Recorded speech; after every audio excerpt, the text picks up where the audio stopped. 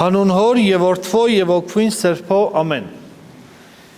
Սիրելի ավատացյալներ, այսօր հայրաքելական Սուրբ եկեղեցին տոնում է, տոնախմբում է դատավորի կիրակին կամ անիրավ դատավորի կիրակին։ Մեր հայրերը այնքան գեղեցիկ են այս ոսկե շղթան կարգել, որ կարծես թե տրամաբանական հաջորդականությամբ իրար հաջորդում են։ Որովհետև առաջի կիրակին խորհրդանշում է մարդու արարումը, թե ինչպես Աստված մարդուն ստեղծեց։ Տնկեց փափկության դրախտում տնկեց։ Եվ պատվեր տվեց, որպեսզի մարդը չուտի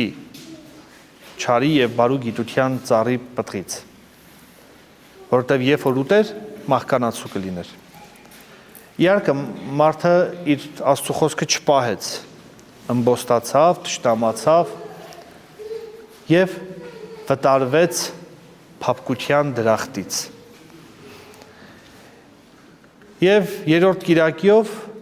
անառակ որդու վերադարձով մեր վերագտնումը նշանավորվեց։ Վերադարձանք մեր հոր տունը, այսինքն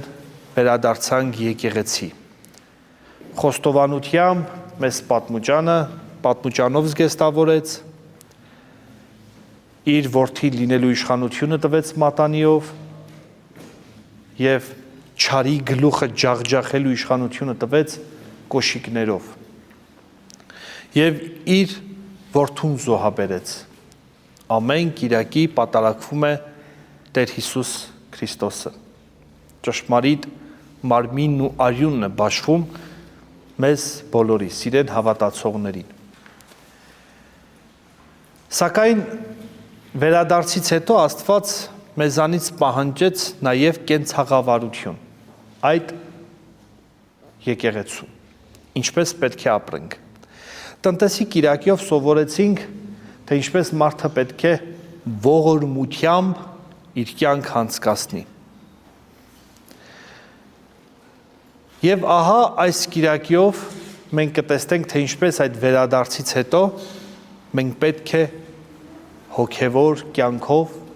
աղոթքով ապրենք։ Ասում է.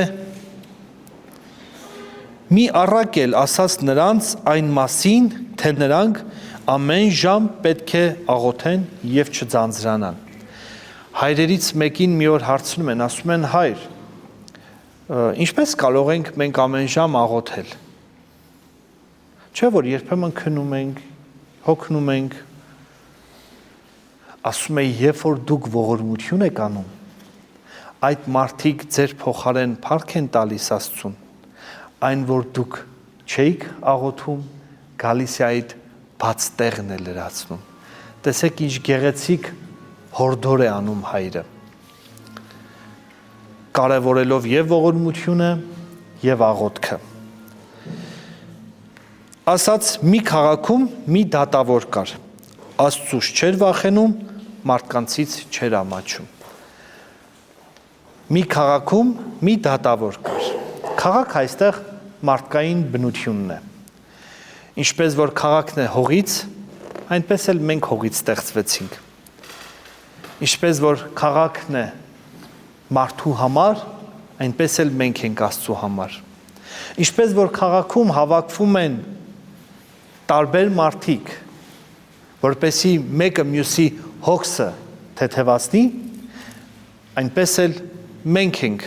մեր մարդկային ամբողջ բնությունն է, մեր միտքը, հոգին, մարմինը, զգայարանները հավաքվում են մարդկային բնության մեջ, որպեսզի Աստծուն ծառայի։ Եվ ահա ասում է, մի քաղաքում մի դատավոր կար։ Մտովի տեղափոխվեք հին շրջանի քաղաքները, թեկուզ հենց առաջի դարի, պարսպապատ և դարպասներով։ Եվ ահա հենց այդպես կառուցեց Աստված մեզ։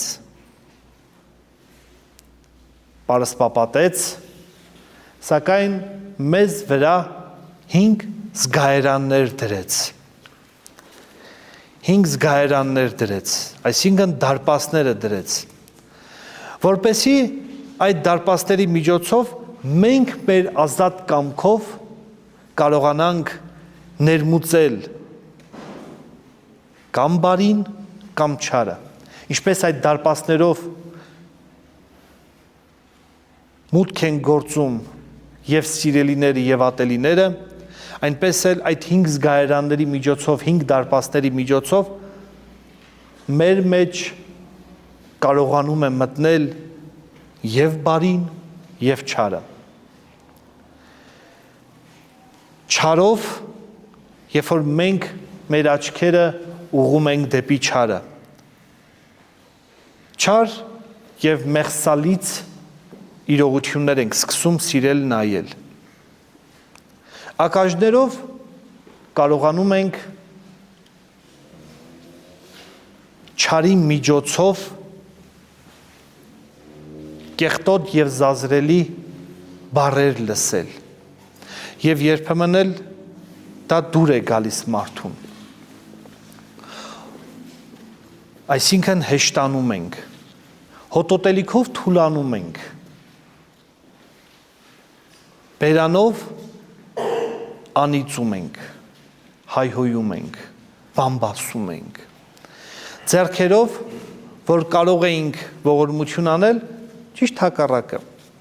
ծեծում ենք, նեղում ենք, ապտակում ենք, վնասում ենք։ Իսկ երբ որ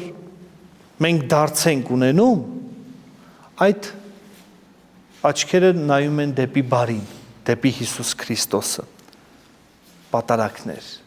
ժամերկություններ, աղոթքներ։ Այդ ակաժները ոչ թե սովորեցնում ենք հայոյանքին, ոչ թե զազրախոսությանը, այլ օրհնություններին, շարականներին, Աստծո խոսքին, Աստվածաշնչին։ Հոտոտելիքով արդեն ոչ թե թուլանում ենք, այլ ամրապնդվում, խնկի ծուխը շնչելով։ Բերանով արդեն ոչ թե հայհոյում ենք,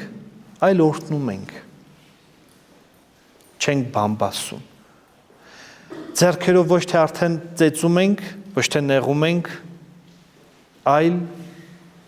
ողորմություն ենք տալիս։ Ոտքերով ոչ թե սխալ ճանապարհով ենք ընթանում, այլ մեր ոտքերը ուղղվում են դեպի տաճարը, դեպի եկեղեցին, դեպի Աստծո տունը։ Մի քաղաքում մի դատավոր կար։ Այսինքն այդ քաղաքում, այդ մարդկային բնության մեջ մի դատավոր կար, միտքը կար, որովհետև միտքը կարգվեց, որպեսզի Աստծո պատվիրաններով, Աստծո խոսքով հոգուն կերակրի և մարմնին սաստի։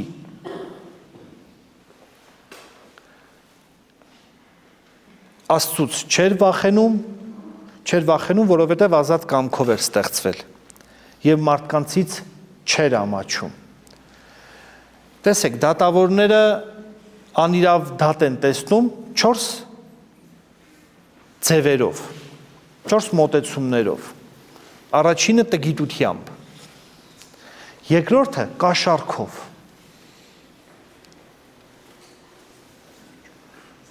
երրորդը երեսպաշտությամբ, իսկ չորրորդը վախենալով։ Քանի որ Աստված մարդուն ստեղծել է ազատ, իսկ մտքին չես կարող կաշառել, որովհետև միտքը անկաշառ է, ինչքան էլ որ մարդը ինքն իրեն համոզի, որ մեղք չի գործում, միևնույն է, խղճմտանքը, դատավորը դատապարտում է։ Եվ ահա, ասում է, մի քաղաքում մի դատավոր կար, Աստծուց չէր վախենում և մարդուց չէր ամաչում։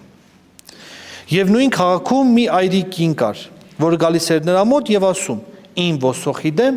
իմ դատը տես։ Հոգուն այստեղ այրի է կոչում Տերը, որովհետև այրիացել էր կենթանի փեսայից, փրկիչ փեսայից։ Այսինքն փեսան նրան չէր օգնում, փեսան նրան զորավիք չէր լինում, եւ հոգին պանդուխտ լինելով, մեղքի մեջ լինելով,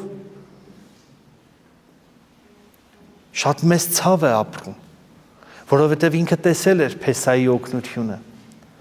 փեսայի զորակցությունը տեսել էր, այդ քաղցրությունը տեսել էր, այդ համն ու հոտը զգացել էր։ Եվ ասում է, գալիս էր նրա մոտ եւ ասում իմ ոսոխի դեմ իմ դատը տես, այսինքն իմ թշնամու դեմ, իմ մարմնի դեմ իմ դատը տես, որովհետեւ ինչպես ասացի, միտքը ստեղծված էր, որպեսի հոգում կերակրեր եւ մարմնին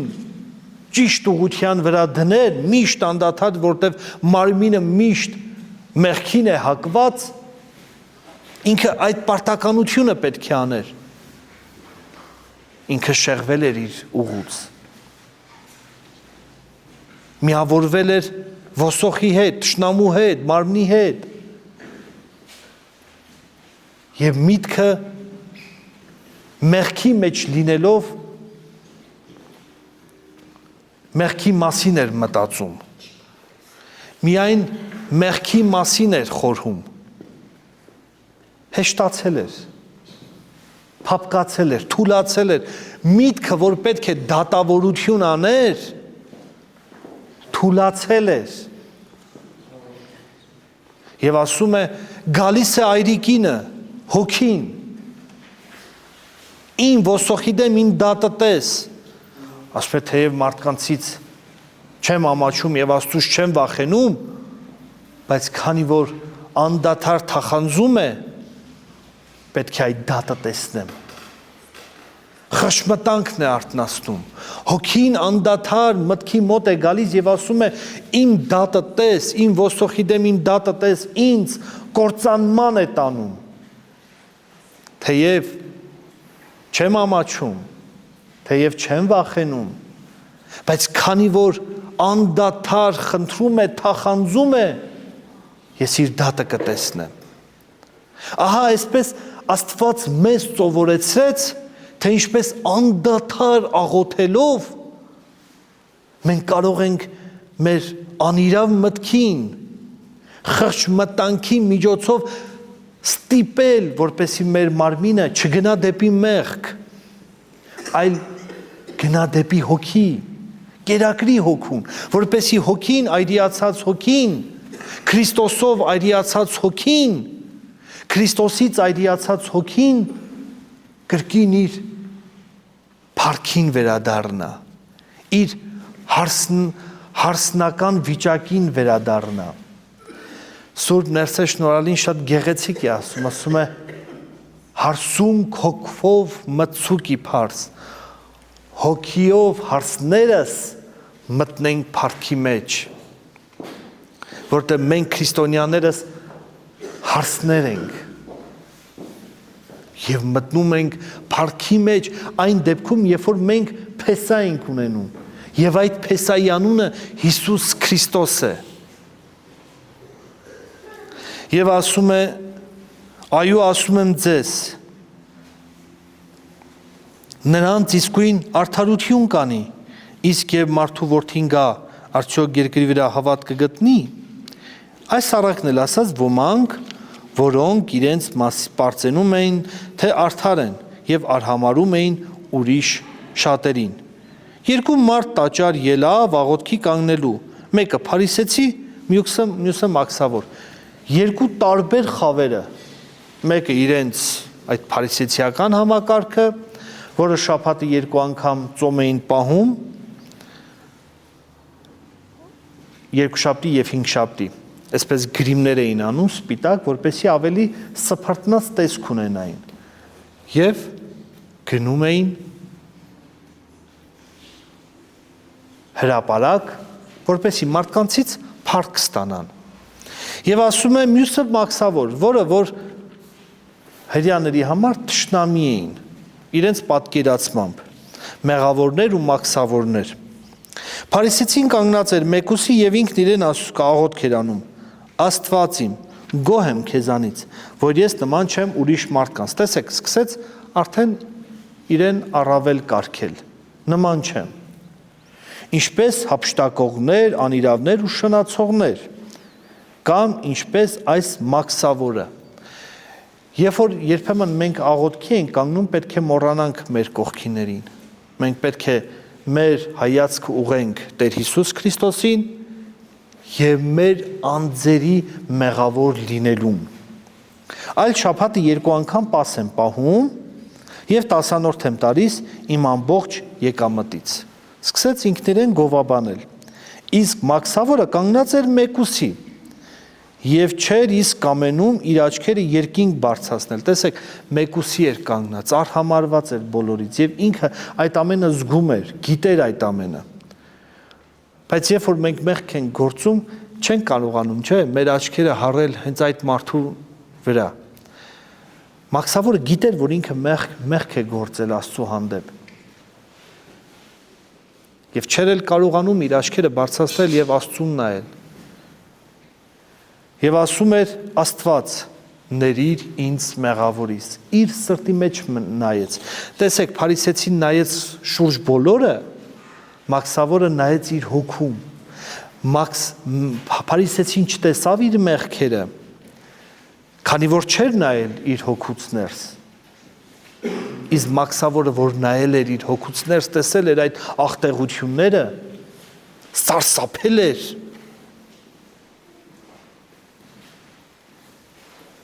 Եվ տեսել էր մի ճանապարհ, դա Աստծո ճանապարհն է, Աստված, քավիր ինձ մեղավորիս։ Եվ ասում եմ ձեզ, սա իջավիրտուն արդարացած, եւ ոչ թե մյուսը,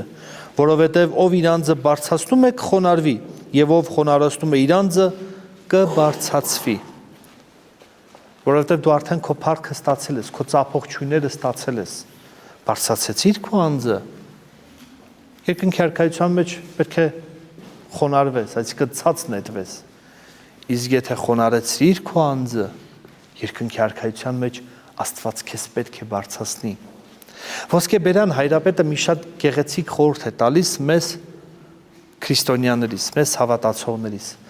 Ասում է, երբ որ ես տաճար եմ մտնում, այդ ժամանակ ասում եմ հին մարդ մնա այստեղ, նոր մարդ մտնի։ Որովհետև երբ որ դու տաճար ես մտնում, քո նպատակը մեկը պետք է լինի՝ մեղավոր մտնել, մաքրված դուրս գալ։ Բայց ոչ թե ուրիշների հետ համեմատվելով, այլ քո անձի մեղքերը տեսնելով, քավելով, որպեսզի Տիրոջ առաջ կարողանաս կանգնել։ Ահա տեսեք, թե Աստված ինչ գեղեցիկ օրինակներով, երկու գեղեցիկ առակներով պատմեց, ինչպես պետք է աղոթել խոնարհաբար եւ ինչքան պետք է աղոթել անդադար։ Աստված օրհնի ձեզ, ժողովուրդ ջան։ Այ հիմա կարող եք ձեր հարցերը տալ։ Հարցեր չունեք։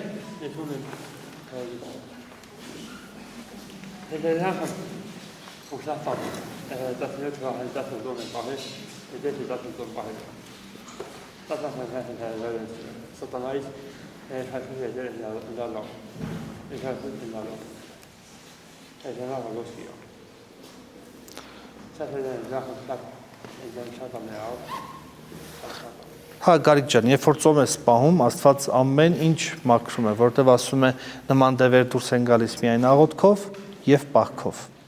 Այսինքն մենք պետք է պահք պահենք, որպեսզի դևերը կարողանանք հանել, սատանային հանել մեր միջից։ Էլի հարցեր։